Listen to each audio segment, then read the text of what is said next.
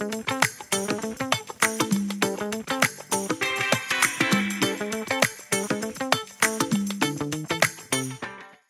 je t'appelle. Comment est-ce que tu peux te présenter, s'il te plaît? Je m'appelle Brian, j'ai 28 ans et je suis actuellement dans la communication et le marketing. Ziad, 30.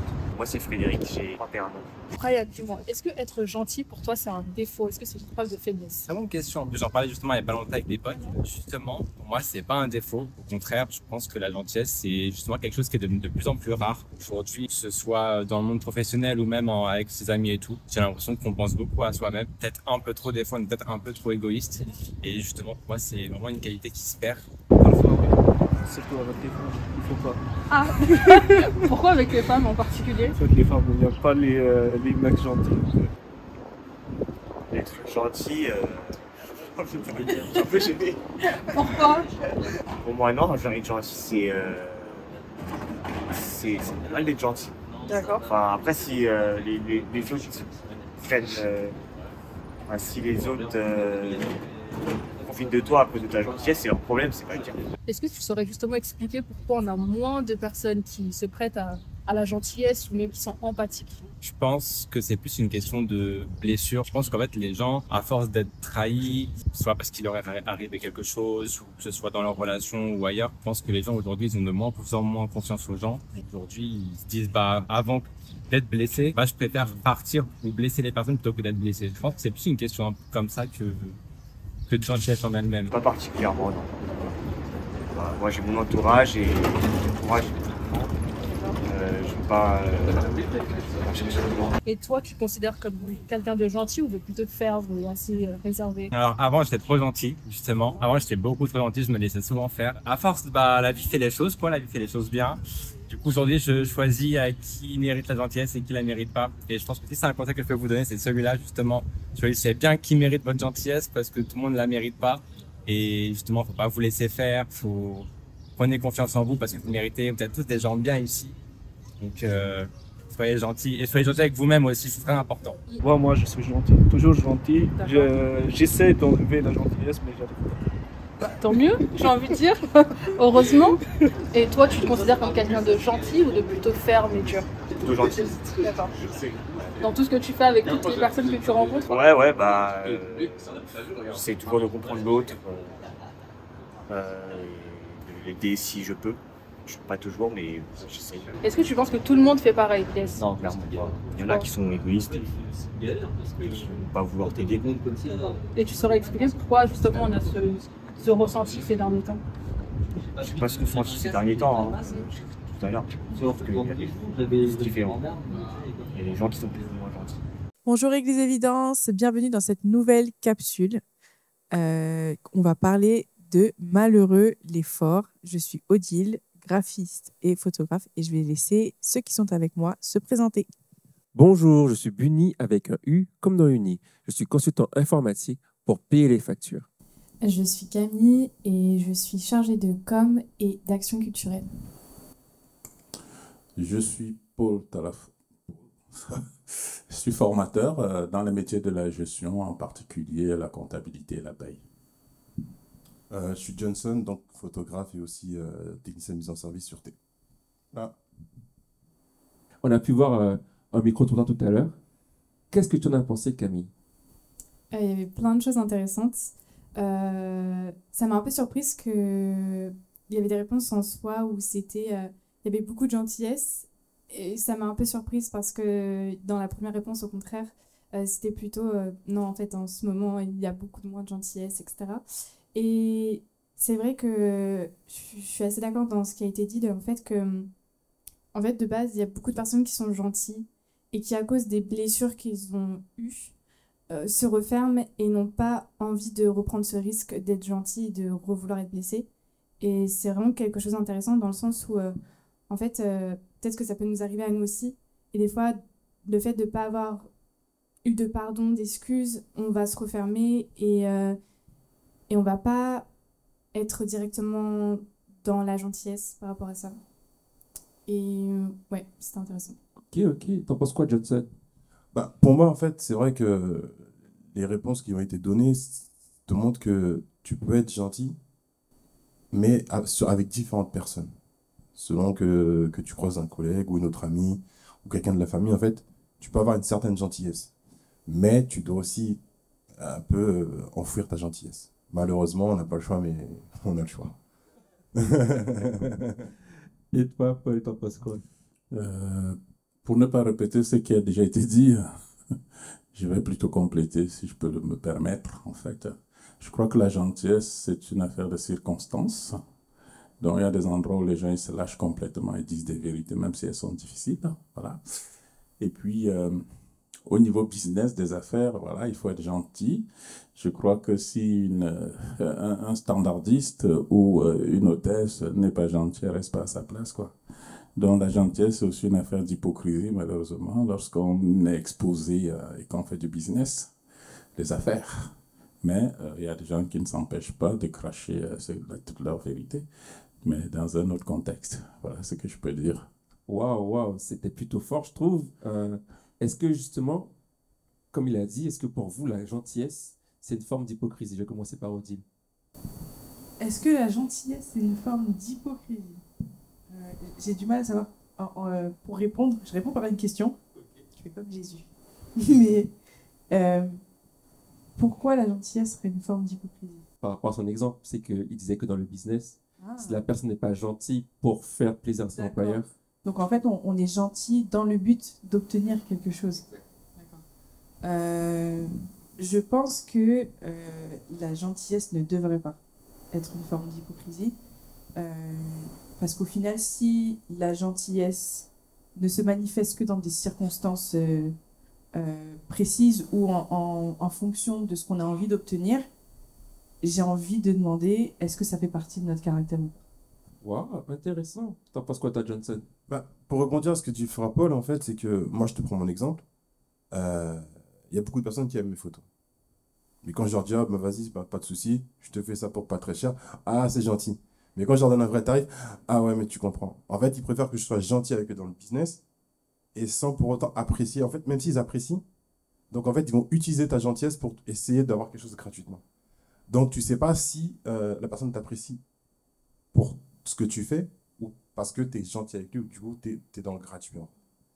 Donc, ce qui fait que, après, pour moi, tu peux être gentil, mais il faut, je pense, cadrer la gentillesse. Intéressant. Cadrer ta gentillesse. Intéressant. Et toi, Camille, penses-tu que la gentillesse est une forme d'hypocrisie? Je rebondis sur ce que tu disais. C'est vrai qu'en fait, je pense qu'il y a différents degrés de gentillesse. Dans le sens où, effectivement, ça dépend des circonstances. Mais malheureusement, on conditionne notre gentillesse, comme tu disais, dans ce qu'on veut recevoir. Mais du coup, est-ce que c'est de la pure gentillesse? Puisqu'en fait, on s'attend à quelque chose en retour. Donc du coup, ça veut dire déjà quelque chose sur l'état de notre cœur par rapport à ça.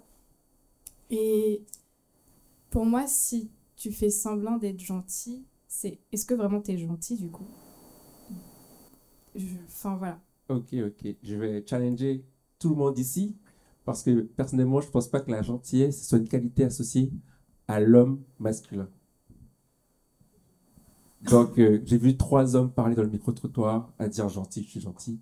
Pour moi, gentil, c'est pas qualificatif masculin. Qu'est-ce que vous en pensez?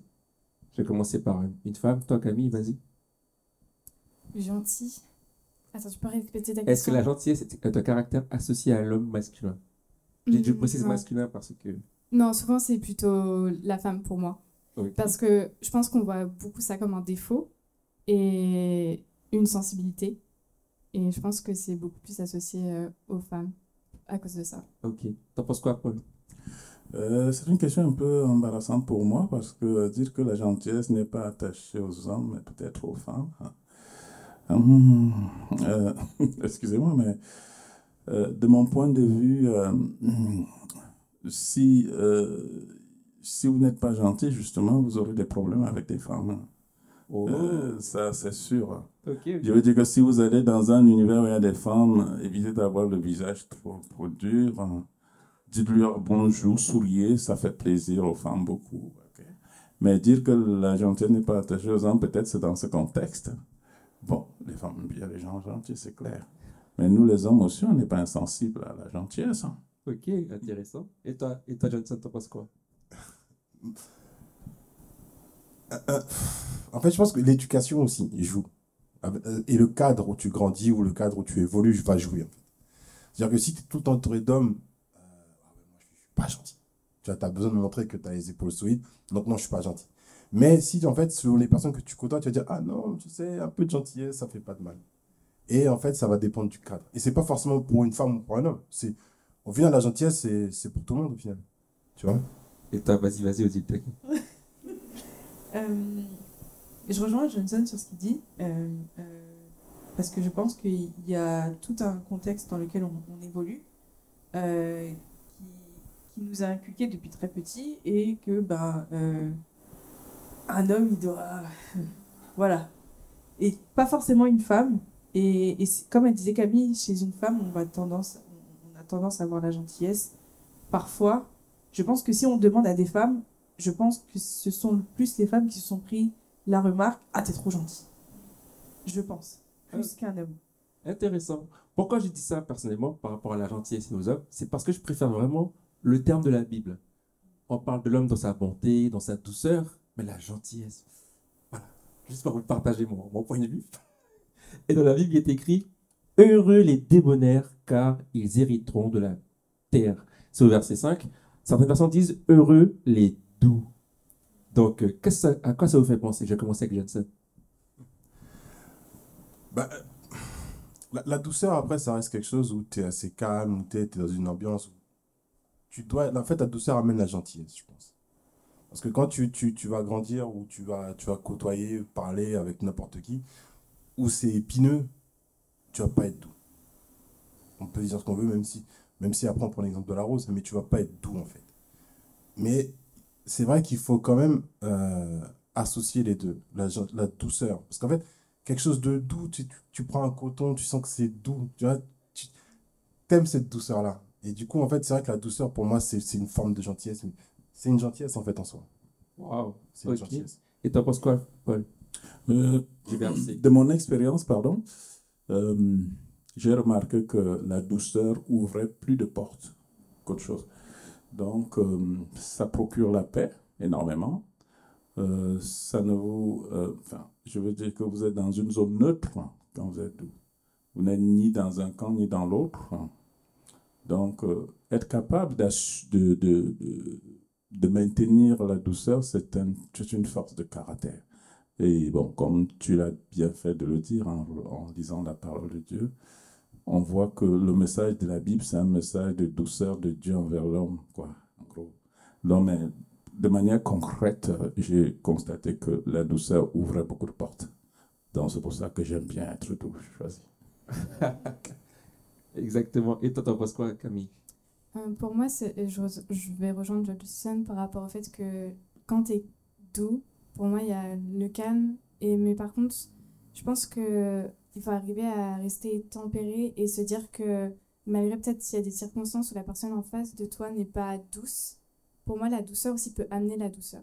Et ça peut calmer. Et en fait, si tu fais le premier pas d'être doux, je pense que ça peut amener les autres personnes aussi à être doux envers toi. Waouh, intéressant. Ça amène une autre question. Pour moi, justement, j'ai commencé avec Odile. Comment être doux? Car c'est une promesse qui est associée. Ceux qui sont doux, ils hériteront de la terre. Comment on fait pour être doux? C'est une très très bonne question. Et je ne suis pas sûre d'avoir la réponse. Ok, on t'écoute, après on va voir ce que les autres vont en dire. Comment être doux? Comment être doux Paul il disait tout à l'heure, le frère Paul il disait que c'est une force de caractère, la douceur. Et je pense que la douceur, ça demande de la résilience, quelque part. Je trouve. Oui, et je crois que quelqu'un qui est doux, on le voit en tout cas dans la personne de Christ. Christ n'était pas forcément dans la réaction. Et c'est ce qui fait que il arrivait à maintenir une douceur quelque part. C'est ce qu'il est, et souvent on va manquer de douceur parce qu'on va vouloir réagir par rapport à quelque chose et on va être dans l'impulsion du moment. Et voilà, si je peux amener un élément de réponse, ce serait ça. Ok, j'ai vu que Paul a fait ça quelques fois. T'en penses quoi, toi? Comment être doux? Oui, c'est une très bonne question. Parce que je pense que dans la vie, ça arrive assez souvent. Il y a des circonstances où on n'est pas toujours doux. Mais j'avais vu un moteur dans la Bible, je crois que c'est un message de Jésus-Christ lui-même. Faites aux autres ce que vous voudrez que les autres vous fassent. Donc, j'aime bien me souvenir de ce passage. Ça m'empêche parfois de franchir la ligne rouge. Parce que je me dis souvent, mais s'il y a changement de rôle, qu'est-ce que j'aimerais qu'on me fasse dans les mêmes circonstances? J'avoue que c'est quelque chose qui me maintient un peu, comme je dirais, dans le calme, malgré la tempête. Ah, mais vraiment, merci pour vos partages, c'était très intéressant. Et par rapport à la douceur et la gentillesse, moi, ce dont je me rappelle, c'est que Dieu, dans sa toute puissance, il a pu venir sur terre et tout détruire, tout refaire, tout recommencer, mais il a décidé de se manifester dans son amour au travers de Jésus, par la douceur. Jésus, sur la terre, malgré les difficultés, malgré les conflits, il était toujours dans la douceur. Alors, pour moi, Jésus, ça reste vraiment le meilleur modèle pour apprendre la douceur, pour pouvoir manifester son caractère, faire comme lui. Et on a aussi son Saint-Esprit qui, en nous, manifeste le fruit de l'amour et de la douceur, en fait. Donc, moi, je t'encourage, Évidence, à faire de même, à prendre Jésus, pour exemple, et laisser le Saint-Esprit travailler ton cœur. À la prochaine.